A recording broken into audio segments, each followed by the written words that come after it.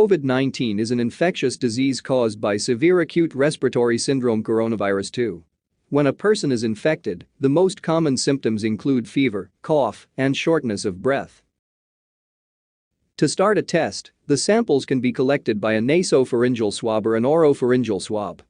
For nasopharyngeal specimen, the swab is inserted in the nostril and gently moved forward into the nasopharynx, then it is rotated for a specified period time to collect secretions that contain the virus. Once the swabbing is applied, the swab is placed immediately into sterile tube containing a viral transport medium.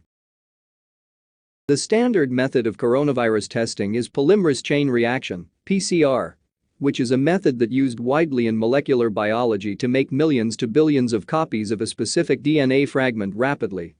Coronaviruses contain an extraordinarily long single-stranded RNA genome. To detect these viruses with PCR, RNA molecules must be converted into their complementary DNA sequences by reverse transcriptase. Then the newly synthesized DNA can be amplified by standard PCR procedures. This approach is universally known as RT-PCR. To perform this method, basically viral RNA should be extracted. Several RNA purification kits are available for convenient, fast and effective isolation. To extract the viral RNA by using commercial kit, the sample is first added into a microcentrifuge tube. Then it is mixed with a lysis buffer. This buffer is highly denaturing and usually consists of phenol and guanidine isothiocyanate. Also, RNase inhibitors are usually present in the lysis buffer to ensure isolation of intact viral RNA.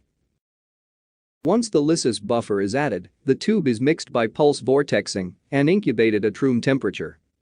Then the virus is lysed under the highly denaturing conditions provided by the lysis buffer.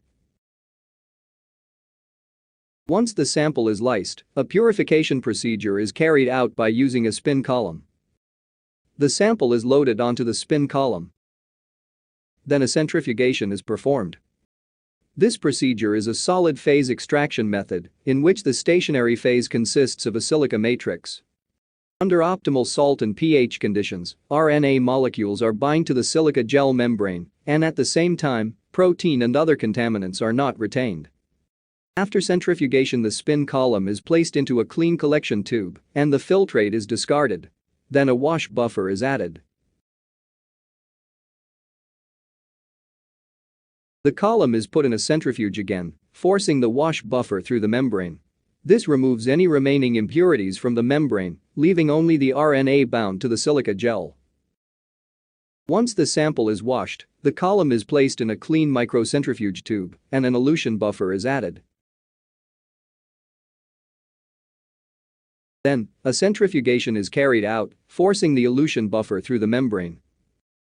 The elution buffer removes the viral RNA from the spin column.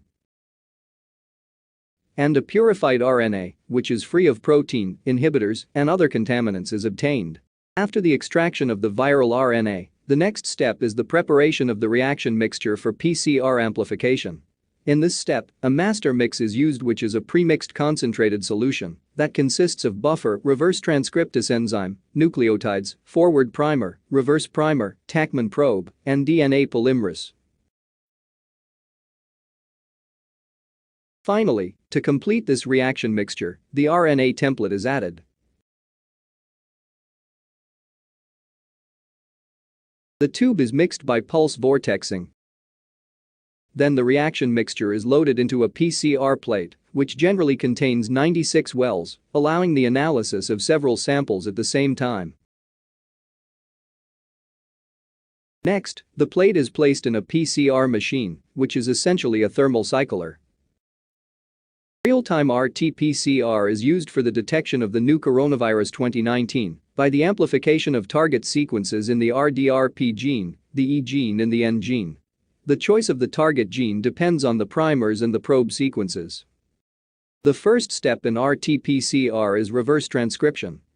The first strand complementary DNA synthesis is primed with the PCR reverse primer, which hybridizes to a complementary part of the virus RNA genome.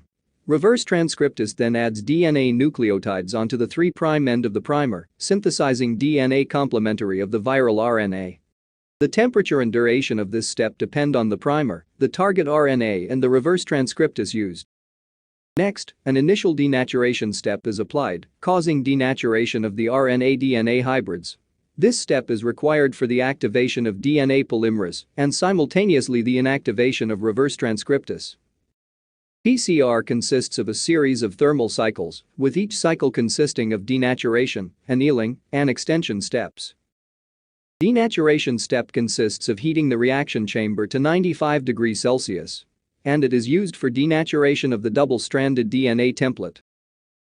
In the next step, the reaction temperature is lowered to 58 degrees Celsius, allowing annealing of the forward primer to its complementary part of the single-stranded DNA template. The annealing temperature relies directly on length and composition of the primers.